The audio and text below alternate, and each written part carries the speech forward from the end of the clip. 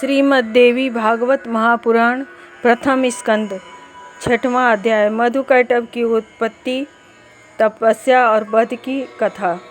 ऋषियों ने पूछा, सौम्य, अभी आपके मुखारबिंद से निकल चुका है कि जब सर्वत्र जल ही जल था, उस समय मधु और कैटभ के साथ भगवान विष्णु का 5000 वर्षों तक युद्ध चलता रहा। महाप्राज्ञ, वे दानव क्यों उत्पन्न हुए और किस कारण भगवान ने उनकी जीवन लीला समाप्त कर दी, यह बताने की कृपा कीजिए। सूत जी ने कहा, प्राचीन समय की बात है, त्रिलोकी जलमग्न हो गई थी। केवल भगवान विष्णु शेषनाग की सैया पर सोए हुए थे। उनके कान की मैल से मधु और कैटभ नामक 2 दानव उत्पन्न हुए। 1000 वर्ष तक उन्होंने बड़ी कठिन तपस्या की। फिर तो आकाशवाणी होने लगी, देखो, तुम्हारी तपस्या से मैं प्रसन्न हूँ, स्वेच्छा अनुसार वर मांगो। इस प्रकार की आकाशवाणी सुनने के पश्चात मधु और कैटभ ने कहा, हे देवी, तुम हमें स्वेच्छा मरण का वर देने की कृपा करो। आकाशवाणी हुई, दैत्यों, मेरी कृपा से इच्छा करने पर ही मौत तुम्हें मार सकेगी। सूत जी कहते हैं, देवी के यूँ वर देने पर मधु और कैटभ को अत्यंत अभिमान हो गया।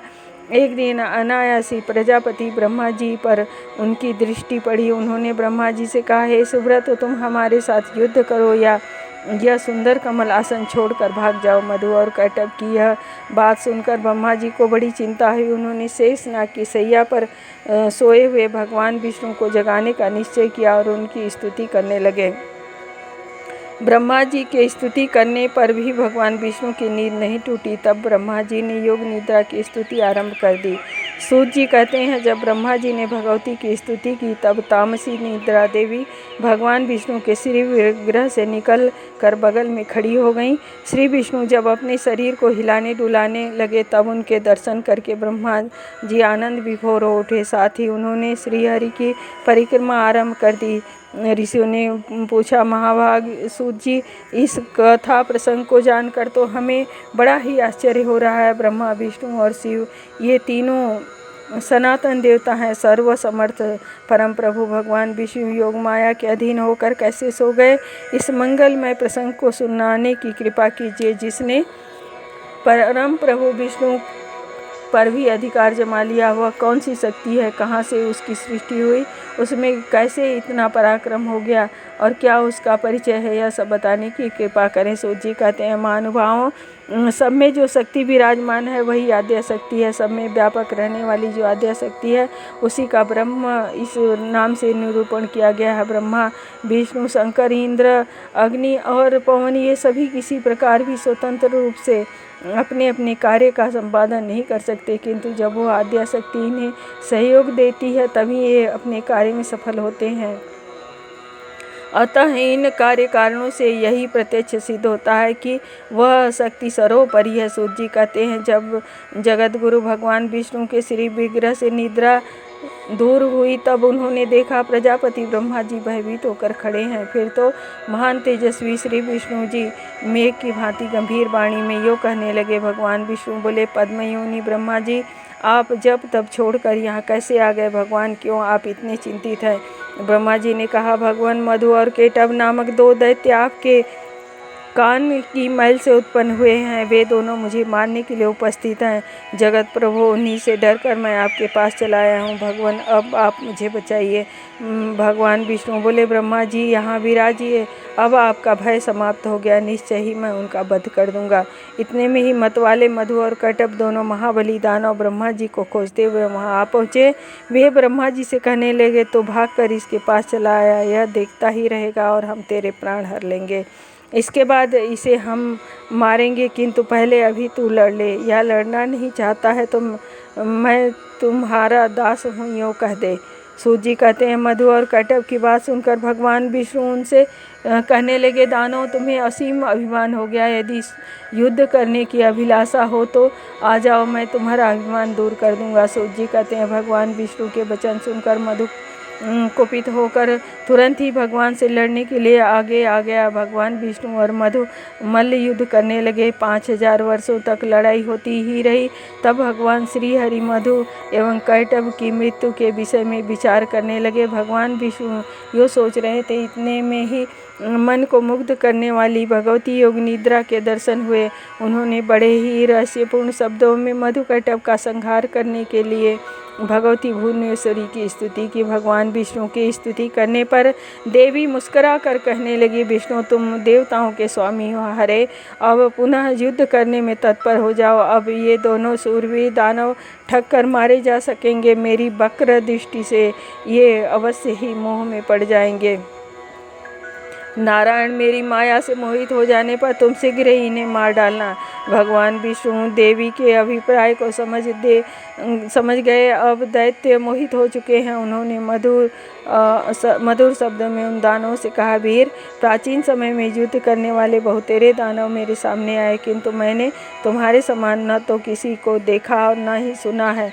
तुम बड़े ही अनुपम बलवान हो, अतः मैं तुमसे बहुत प्रसन्न हूँ। अपार शक्तिशाली दानव, तुम दोनों भाइयों की अभिलाषा मैं अवश्य पूर्ण करूँगा। सूत जी कहते हैं, भगवान विष्णु का वचन सुनकर वे भगवान श्री हरि से कहने लगे, विष्णु हम मांगने नहीं आए हैं, हम तुम्हें क्या दे सकेंगे। देवेश तुम्हें ही हम देने को तैयार हैं। ऋषिकेश तुम्हें जिस वर की अभिलाषा हो हमसे प्रार्थना करो। वासुदेव तुम्हारे इस अद्भुत युद्ध से हम बड़े प्रसन्न हैं। मधु और कैटभ की बात सुनकर भगवान विष्णु ने कहा, यदि तुम लोग मुझ पर प्रसन्न हो तो वर देना चाहते हो तो बस दोनों मेरे हाथ से मौत स्वीकार कर लो। सूत जी कहते हैं, तदंतर भगवान श्री हरि की बात सुनकर मधु और कैटभ महान आश्चर्य में पड़ गए। मन में विचार कर वे भगवान से कहने लगे, जनार्दन तुम देवताओं के स्वामी हो, तुमने पहले भी वर देने की बात कही, अतः हमारा भी अभिलाषित वर दो। माधव वरवर यही है कि जल शून्य विस्तार वाले स्थान पर हमारा वध करो। तब भगवान ने सुदर्शन चक्र को याद किया। तदंतर देवाधिदेव भगवान विष्णु ने अपनी विशाल जांघें फैलाकर जल पर ही जल रहित स्थान मधु और कैटभ को दिखा दिया। उन विचित्र जांघों पर मस्तक रखने के लिए भगवान ने दैत्यों से कहा। उन्होंने मस्तक रख दिए। तब भगवान ने उनके मस्तक को चक्र से काट डाला। तदंतर मधु और कैटभ के पैर पखेरु उड़ गए। उस समय सारा समुद्र उन दैत्यों के रक्त से और मज्जा से व्याप्त हो गया। मुनीश्वरों, तभी से पृथ्वी का नाम मेदिनी पड़ गया। 7वां अध्याय, राजा सुद्युम्न की कथा। पुरुरवा उर्वशी उपाख्यान। सूत जी कहते हैं, एक समय की बात है, महाभाग व्यास जी मुझे पुत्र हो यह निश्चित विचार करके मेरुगिरी के रमणीय शिखर पर गए और उन्होंने कठिन तपस्या आरंभ कर दी। फिर तो चराचर संपूर्ण जगत में व्यास जी का तेज फैल गया। उस समय उनके तेज को देखकर सचिपति इंद्र डर गए। वे भगवान शिव के पास जाकर खड़े हो गए। उनकी स्थिति देखकर भगवान शिव ने कहा। भगवान शिव बोले, देवराज पराशर नंदन व्यास पुत्र पाने के लिए कठिन तपस्या कर रहे हैं। अभी 100 वर्ष पूरे हो जाते हैं, तब मैं उन्हें सुंदर पुत्र दूंगा। तत्पश्चात वे जगत गुरु शंकर व्यास जी के पास गए और कहने लगे, वासवी नंदन व्यास उठो, तुम्हें संपूर्ण तेजों का साकार विग्रह, ज्ञानी यश का विस्तार करने वाला तथा अखिल जनों का प्रिय पुत्र प्राप्त होने वाला है। सूत जी कहते हैं, भगवान शंकर की मधुमयी वाणी सुनकर महाभाग व्यास जी ने उनके चरणों में मस्तक झुकाया और वे अपने आश्रम को चले गए। बहुत वर्षों के परिश्रम से वे थक गए थे। पुत्र उत्पन्न करने के लिए जो अरणी विख्यात है वह तो आज मेरे पास है ही नहीं। मुनिवर व्यास जी सोच रहे थे, इतने में ही घृताची नाम की अप्सरा दिव्य रूप धारण के हुए उन्हें दृष्टिगोचर हुई। उस समय वह मुनि के समीप ही आकाश में खड़ी थी। अब मुझे क्या करना चाहिए? यदि मैं इसे स्वीकार कर लेता हूँ तो तब करने वाला महात्मा मेरी हंसी उड़ाएंगे। बहुत पहले नारद जी से मैं एक प्रसंग सुन चुका हूँ। उर्वशी नामक अप्सरा थी। राजा पुरुरवा उनके वंश में हो गए थे। अंत में उस अप्सरा ने राजा का तिरस्कार कर दिया था। मुनियों के पूछने पर सूत जी पुरुरवा की कथा कहने लगे। मुनिवरों, इला के गर्भ से पुरुरवा की उत्पत्ति हुई थी। यह प्रसंग अब मैं तुम्हें सुनाता हूँ। एक समय की बात है, भगवान शंकर का दर्शन करने के लिए सनक प्रभृति ऋषिगण वहाँ पधारे थे। उस समय भगवान शिव भगवती उमा के साथ क्रीड़ा में मग्न थे। ऋषियों को देखकर उमा अत्यंत लज्जित हो गई। अपनी प्रिया पार्वती को अत्यंत लज्जित देखकर भगवान शंकर ने उनसे कहा, तुम क्यों इतनी लज्जित हो रही हो? मैं अभी तुम्हें सुखी किए देता हूँ। वरानने, देखो आज से कोई भी पुरुष मोहवश इस वन में पैर रखेगा तो तुरंत ही वह स्त्री हो जाएगा। पड़ेगा। महाभाग सुद्युम इस बात से अनभिज्ञ थे, अतः मंत्रियों सहित वहाँ चले गए। इसलिए सबके साथ ही उन्हें श्राप के अनुसार स्त्रीत्व स्वीकार करना पड़ा। लज्जा के कारण उस समय उनका नाम इला पड़ गया। वे चारों ओर घूम रहे थे, इतने में चंद्रमा के नवयुवक पुत्र बुद्ध से उनकी भेंट हो गई। फिर तो प्रेम पूर्वक दोनों का परस्पर संबंध हो गया। उसी इला के गर्भ से बुद्ध ने पुरुरवा नामक पुत्र उत्पन्न किया। उस सुंदर स्त्री इला ने वन में रहकर पुत्र तो उत्पन्न कर दिया, किंतु उसके मन में चिंता की लहरें उठती रही। वही उसने अपने कुल के आचार्य मुनिवर वशिष्ठ जी को याद किया। वशिष्ठ जी बड़े दयालु थे। उन्होंने सुद्युम्न की दशा देखकर जगत के कल्याण करने वाले देवाधिदेव भगवान शंकर की स्तुति की। भगवान शिव मुनिवर पर प्रसन्न हो गए। वशिष्ठ जी ने अपने प्रिय पात्र राजा के पुनः पुरुष होने की प्रार्थना की। तब भगवान शंकर ने कहा, राजा एक मास पुरुष रहेगा और एक मास तो इसे स्त्री ही रहना पड़ेगा। इस प्रकार वर पाकर महात्मा सुद्युम्न पुनः अपने घर चले आए। सुद्युम्न के स्वर्ग से धारने पर पुरुरवा राज करने लगे। उनके रूप, गुण, वैभव, सदाचार, स्वभाव और शक्ति की बात सुनकर उर्वशी उन पर आसक्त हो गई। राजा पुरुरवा को उसने वरण किया, पर उसने राजा के सामने ये शर्तें रखी। राजन, तुम्हारे पास ये 2 मेढ़े रहते हैं, इनकी तुम्हें रक्षा करनी होगी। मैं प्रतिदिन घृत ही खाऊंगी, इसके सिवा मेरा दूसरा कुछ भी भोजन न होगा। महाराज, मैथुन के अतिरिक्त मैं तुम्हें कभी नग्न देख सकूंगी। राजन, यह शर्त कभी भंग हुई तो मैं तुम्हें छोड़कर चली जाऊंगी। राजा ने उर्वशी की शर्तें स्वीकार कर ली। इस प्रकार अनेकों वर्ष व्यतीत हो गए। देवराज इंद्र स्वर्ग में थे। उन्होंने उर्वशी को वहाँ नहीं देखा। तब वे गंधर्वों से कहने लगे, गंधर्वों, मेरा स्थान उर्वशी के बिना उदास हो गया है, अतः जिस किसी उपाय से भी उस सुंदरी अप्सरा को यहाँ अवश्य लौटा लाओ। तदंतर देवराज इंद्र के कथनानुसार विश्वावसु प्रभृति अनेकों गंधर्व पुरुरवा के महल में गए। गंधर्वों ने मेढ़ों को चुरा लिया। वे जब उन्हें लेकर आकाश मार्ग से चले तब मेढ़े चिल्लाने लगे। यह देखकर उर्वशी विलाप करने लगी। राजा पुरुरवा नंगे ही झट चोरों के पीछे दौड़ पड़े। ठीक उसी समय राजभवन के सामने ही गंधर्वों की प्रेरणा से बिजली चमक उठी। अप्सरा ने उन्हें नंगे ही देख लिया। फिर तो सभी गंधर्व रास्ते में ही मेढ़ों को छोड़कर भाग गए। राजा ने मेढ़ों को पकड़ लिया और वे थके मादे अपने भवन लौट आए। उस समय उन्हें उर्वशी दिखाई नहीं पड़ी। उर्वशी तो पति को नग्न देखकर कभी की जा चुकी थी। अब वो स्वयं राजा पुरुरवा रोते हुए देश देशांतर में चक्कर काटने लगे। उन्हें कुरुक्षेत्र में उर्वशी दिखाई पड़ी। उसे देखकर महाराज पुरुरवा कहने लगे, अरे सुंदरी, ठहरो ठहरो, मेरा चित्त तुम में लगा हुआ है। मैं तुम्हारे अधीन होकर रहता हूँ। मैंने कोई अपराध भी नहीं किया है। फिर मुझ पति को इस घोर संकट में छोड़कर तुम्हारे लिए कहाँ तक उचित है। इस प्रकार राजा पुरुरवा दुखी होकर विलाप कर रहे थे। तब उनसे उर्वशी ने कहा, महाराज, तुम बड़े मूर्ख हो। तुम्हारी बुद्धि कहाँ कुंठित हो गई है। तुम घर जाओ, कहाँ वहाँ का ही आनंद भोगो। मन में यूँ विषाद करना व्यर्थ है। इस तरह समझाने पर भी महान मोह में डूबे हुए पुरुरवा को ज्ञान न हो सका। वे दुख के उमड़े सागर में गोता खाते रहे। सूत जी कहते हैं, इस प्रकार यह कथा मैंने कह दी। उर्वशी का प्रसंग बहुत बड़ा है, मैं तो इसे थोड़े में ही कह गया। अध्याय 8वां। श्री सुखदेव जी का जन्म और उनका पावन चरित्र।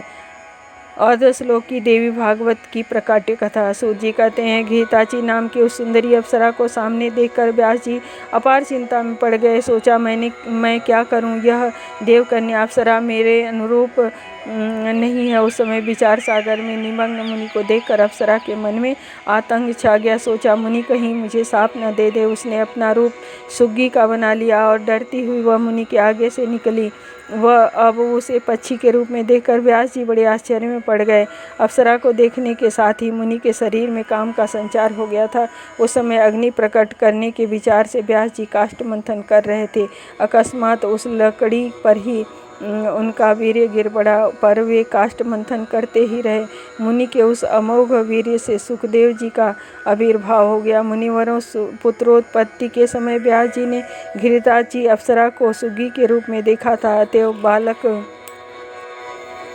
का नाम सुखदेव रखा गया। सुखदेव जी ने बृहस्पति को विद्या गुरु बनाया। ब्रह्मचर्य के व्रत में कोई भी विधि अधूरी नहीं रही। गुरुकुल में रहकर रहस्यों और संग्रहों सहित संपूर्ण वेदों एवं अखिल धर्मशास्त्रों का उन्होंने भली भांति अध्ययन कर लिया। गुरु को दक्षिणा दे दी। समावर्तन हो जाने पर वे अपने पिता व्यास जी के पास आ गए। तदंतर व्यास जी सुखदेव जी का विवाह करने की बात सोचने लगे। उन्होंने सुखदेव जी से भी कहा, अनघ तुम बड़े बुद्धिमान हो बेटा, तुमने सभी वेद और धर्म शास्त्र पढ़ लिए हैं, अब अपना विवाह कर लो, गृहस्थ बनकर देवताओं और पितरों का आयोजन करो। पुत्र विवाह करके मुझे पितृ ऋण से मुक्त करना तुम्हारा परम कर्तव्य है। सुखदेव जी ने कहा, पिताजी भला बताइए तो मृत्यु लोक में ऐसा कौन सा सुख है जिसमें दुख न भरे हों।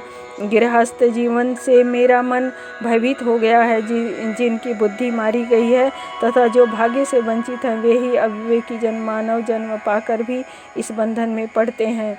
व्यास जी ने कहा, पुत्र गृह न तो बंधनागार है, न बंधन के कारण ही गृहस्थ आश्रम से श्रेष्ठ अन्य किसी भी धर्म को न मैंने देखा है न सुना है ही है। धर्म के जानकार पुरुष कहते हैं कि एक आश्रम के नियम का पालन करके दूसरे आश्रम में जाना चाहिए। अब तुम गृहस्थ आश्रम स्वीकार करके पुत्र उत्पन्न करो और देवताओं पितरों मनुष्यों को सम्यक प्रकार से संतुष्ट करने में लग जाओ। इसके पश्चात गृह का परित्याग करके वन में जाकर वहाँ का उत्तम व्रत पालन करना। सुखदेव जी ने कहा, पिताजी गृहस्थ आश्रम सदा कष्ट देने वाला है, मैं इसे स्वीकार नहीं करूँगा। पिताजी धन की चिंता में आतुर मनुष्यों को सुख कहाँ दिखाई देता है। पिताजी सुखी बनाने वाले योग शास्त्र एवं ज्ञान शास्त्र, उन्हीं की व्याख्या मुझे सुनाइए। प्रारब्ध, संचित, वर्तमान, ये 3 प्रकार के अविद्याजनक कर्म हैं, जिससे इन सबका अभाव हो जाए वही उपाय बताने की कृपा कीजिए। सूत जी कहते हैं, इस प्रकार के विविध वचन सुखदेव जी के मुँह से निकले। उन्हें सुनकर व्यास जी का मन चिंता की लहरों में डूब गया। यह देखकर सुखदेव जी उनमें कल्याणकारी वचन कहने लगे, महाभाग आप पराशर जी के औरस पुत्र हैं, स्वयं सबको ज्ञान देना आपका स्वभाव ही है।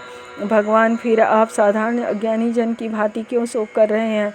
महाभाग, आप बड़े बुद्धिमान और ज्योतिष शास्त्र के ज्ञाता हैं, अपनी विवेक शक्ति से मेरा अज्ञान दूर कीजिए, जिससे मैं गर्भावास के भय से सदा के लिए मुक्त हो जाऊं।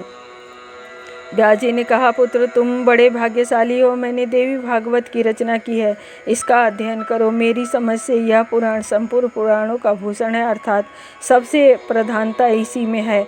महामते, जिसके सुनते ही सद असद वस्तु का सम्यक ज्ञान सुलभ हो जाता है, उसी देवी भागवत का अब तुम अध्ययन करो। प्रलय काल में बालक रूप से बट पत्र पर सोए हुए भगवान विष्णु सोचने लगे, मैं क्यों बालक बन गया, किस चेतना पुरुष ने मेरी यह स्थिति कर दी है। महान पुरुष भगवान विष्णु के मन में चिंता की लहरें उठ रही थी। इतने में भगवती योग माया ने सारी शंकाएं शांत कर देने के लिए आधे श्लोक में संपूर्ण पुरुषार्थों को सिद्ध करने वाला यह वचन कहा, यह सारा जगत मैं ही हूँ, मेरे सिवा दूसरी कोई अविनाशी वस्तु है ही नहीं। सर्वं खल्विदमेवाहं नान्यदस्ति सनातनम।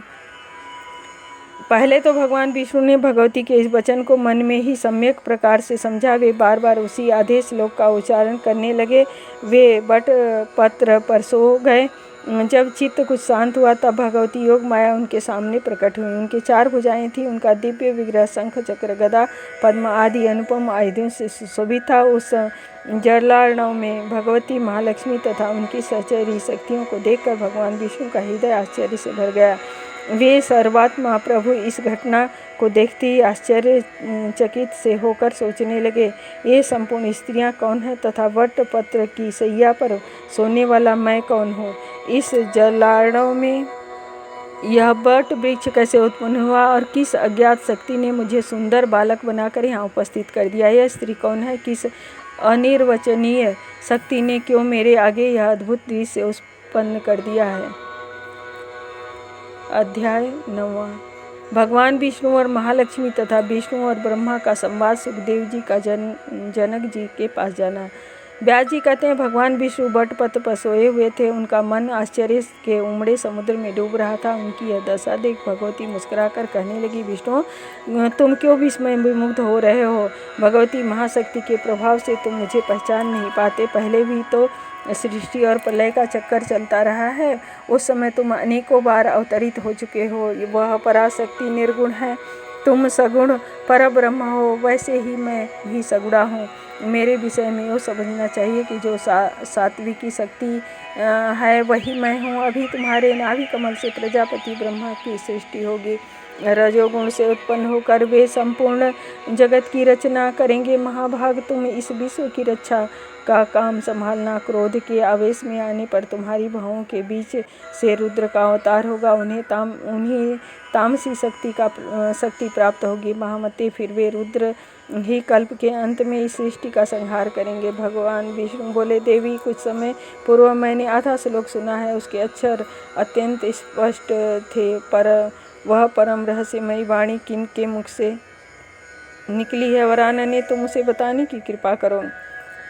महालक्ष्मी बोले, विष्णु कहती हूँ, सुनो। मैं सत्व सगुण स्वरूप चतुर्भुजी भगवती हूँ। ये मेरा परिचय है। क्या तुम सब निर्गुण आद्या शक्ति को नहीं जानते? तो उन्हीं में उनका सगुण रूप भी छिपा है। महाभाग, तुम जान लो, उन्हीं निर्गुणा भगवती ने हम आधा श्लोक कहा है। इसे परम पावन देवी भागवत समझ लेना चाहिए। व्यास जी कहते हैं, भगवती महालक्ष्मी के इस वचन को सुनने के पश्चात भगवान विष्णु ने उसे महान मंत्र मानकर हृदय में सदा के लिए धारण कर लिया।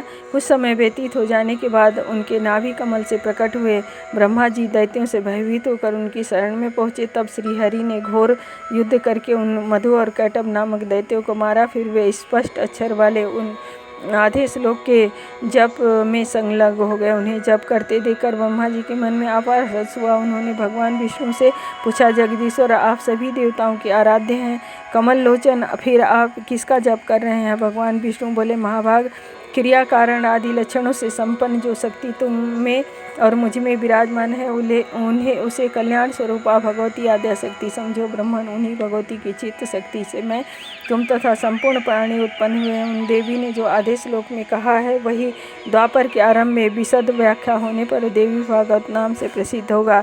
व्यास जी कहते हैं, ब्रह्मा जी विष्णु के नाभि कमल पर विराजमान थे, वहीं उन्होंने इस आधे श्लोक को याद कर लिया। तत्पश्चात अपने अमित बुद्धिशाली पुत्र नारद को इसकी शिक्षा दी। नारद जी ने उसे मुझे पढ़ाया। फिर मैंने 12 स्कंदों में विशद रूप से इसकी व्याख्या की। महाभाग, उसी देवतुल्य पुराण का तुम अध्ययन करो। सर्ग, उपसर्ग आदि 5 लक्षणों से परिपूर्ण यह पुराण भगवती जगदम्बिका के उत्तम कथाओं से सुशोभित है। तुम्हें अनुपम बुद्धि प्राप्त है, अतः इस परम पावन देवी भागवत नामक पुराण के अध्ययन से उद्यत हो जाओ। ये धर्मात्मा सूत मेरे शिष्य हैं। इस मंगलमय पवित्र पुराण का तुम्हारे साथ ही ये भी अध्ययन करेंगे। सूत जी कहते हैं, गुरुदेव व्यास जी के ऐसा कहने पर मैंने और सुखदेव जी ने देवी भागवत का अध्ययन किया, परंतु उनके हृदय को शांति नहीं मिली। यह देखकर व्यास जी ने उन्हें राजा जनक के पास जाने की आज्ञा दी। व्यास जी बोले, बेटा सुखदेव, तुम्हारा कल्याण हो। पुत्र तुम बड़े बुद्धिमान हो। मेरे सामने सच्ची प्रतिज्ञा करके आनंद पूर्वक राजा जनक के पास मिथिला जा सकते हो। वहाँ जाकर फिर मेरे उत्तम आश्रम पर अवश्य लौट आना। सूत जी कहते हैं, व्यास जी के इस प्रकार कहने पर सुखदेव जी सुमेरु पर्वत और हिमालय को पार करके मिथिला पहुँचे। धन धान्य से परिपूर्ण उस उत्तम नगरी में जाने पर उन्होंने देखा सभी प्रजा सुखी और सर्वत्र सदाचार पालन हो रहा है। फाटक पर द्वारपाल था। उसने रोका और कहा, आप कौन हैं? किस कार्य से आपका आना हुआ है? द्वारपाल के पूछने पर सुखदेव जी ने कुछ भी उत्तर नहीं दिया, बल्कि नगर के प्रवेश मार्ग से निकलकर वे ठूठे बिच्छे की भांति अविचल हो खड़े हो गए। 10वां अध्याय। राजा जनक का सुखदेव जी को उपदेश देना। सुखदेव जी का विवाह और गृह त्याग। सूत जी कहते हैं, तदंतर सुखदेव जी के आगमन का समाचार पाकर राजा जनक अपने मंत्रियों सहित गुरुपुत्र को आगे करके उनके पास गए। उन्हें उत्तम आसन पर बैठाया, भली भांति आवभगत की। तब राजा जनक ने उनसे पूछने पर, मुनिवर, किस काम से आपका यहाँ पधारना हुआ, बताने की कृपा कीजिए। सुखदेव जी बोले, महाराज, पिता व्यास जी ने मुझे कहा है कि तुम विवाह कर लो, क्योंकि सभी आश्रम में उत्तम गृहस्थ आश्रम ही है, परंतु उनकी आज्ञा को बंधन कारक मानकर मैंने उसे स्वीकार नहीं किया। मेरी मनोवृत्ति को समझकर मुनि व्यास जी बोले, तू मिथिला चला जा, शोक मत कर, वहाँ राजा जनक रहते हैं, वे याज्ञिक पुरुष एवं जीवन मुक्त हैं। महाराज, पिता की आज्ञा मानकर मैं उनकी पुरी में आ गया हूँ। अब आप निष्पाप पुरुष हैं, मैं संसार के बंधन से मुक्त होना चाहता हूँ, मुझे क्या करना चाहिए बताने की कृपा करें। जनक जी बोले, परंतप मनुष्य को बंधन में डालने और मुक्त करने में देह जीवात्मा और इंद्रियां कोई भी कारण नहीं है, केवल मन ही उन्हें मुक्त करने और फंसाने में निमित्त बनता है। आत्मा तो सदा शुद्ध और मुक्त स्वरूप है, वह किसी प्रकार भी बंधन में नहीं फंसता। मनुष्य यदि द्वैत बुद्धि न करे तो भेद की संभावना कैसे हो। जीव ब्रह्म स्वरूप है, मैं वही नित्य ब्रह्म हूँ, इसमें कुछ भी विचारणीय नहीं है। जगत में अविद्या फैली हुई है, इसी से जीव और ब्रह्म में भेद बुद्धि की प्रतीति होती है। महाभागे यह विद्या से अर्थात ब्रह्म ज्ञान से शांत होती है। श्री सुखदेव जी ने कहा, महाराज, मेरा हृदय इस संदेह से अलग नहीं हो पाता कि जिसके चारों ओर माया का विस्तार है, उसकी स्पृहा कैसे शांत हो सकती है। राजन, धन की, राज्य सुख की तथा संग्राम में विजय पाने की अभिलाषा आपके हृदय में बनी है, तब आप जीवन मुक्त कैसे हुए। आप चोर में चोर बुद्धि तथा तपस्वी में साधु बुद्धि रखते हैं। अपने और पराये का ज्ञान आपको है ही, फिर आपकी में विदेहता कैसी। महाराज, विमुक्त तो वह हो सकता है जिसकी मिट्टी के ढेले, पत्थर और सुवर्ण में समान दृष्टि है, जो सब में एक बुद्धि रखता है तथा संपूर्ण प्राणियों के हित साधन में लगा रहता है। अतः अब मेरा मन क्षण भर के लिए भी घर एवं स्त्री आदि में रमना नहीं चाहता। जनक जी ने कहा, द्विजवर, मेरे गुरु व्यास जी एक आदरणीय पुरुष हैं। माना तुम उनके पास न रहकर वन में जाना चाहते हो, पर वहाँ भी तो मृगों से तुम्हारा संबंध होगा ही।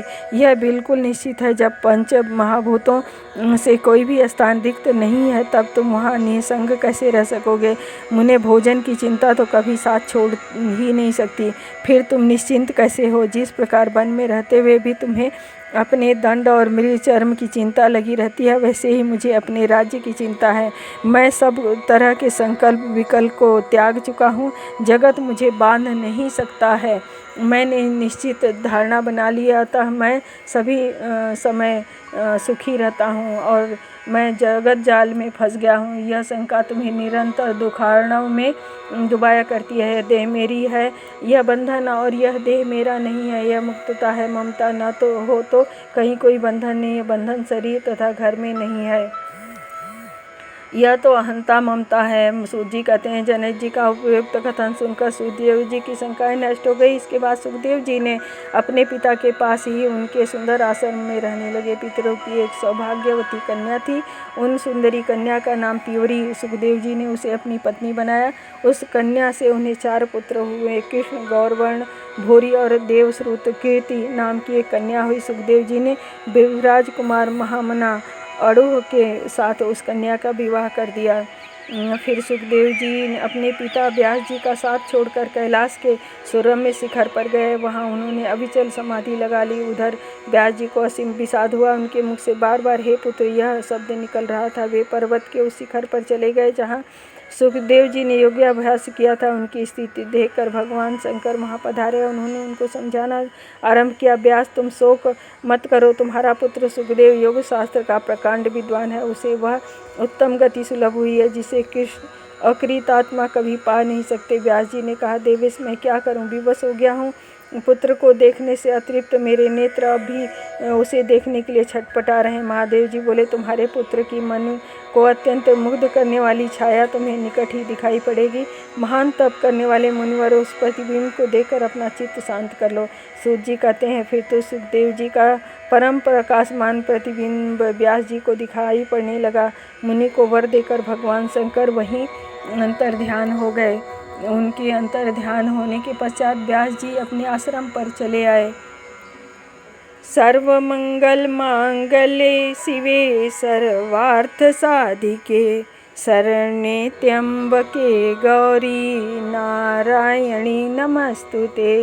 देहि सौभाग्यम आरोग्यम देहि मे परमं सुखम रूपं देहि जयं देहि यशो देहि दिशो जयि।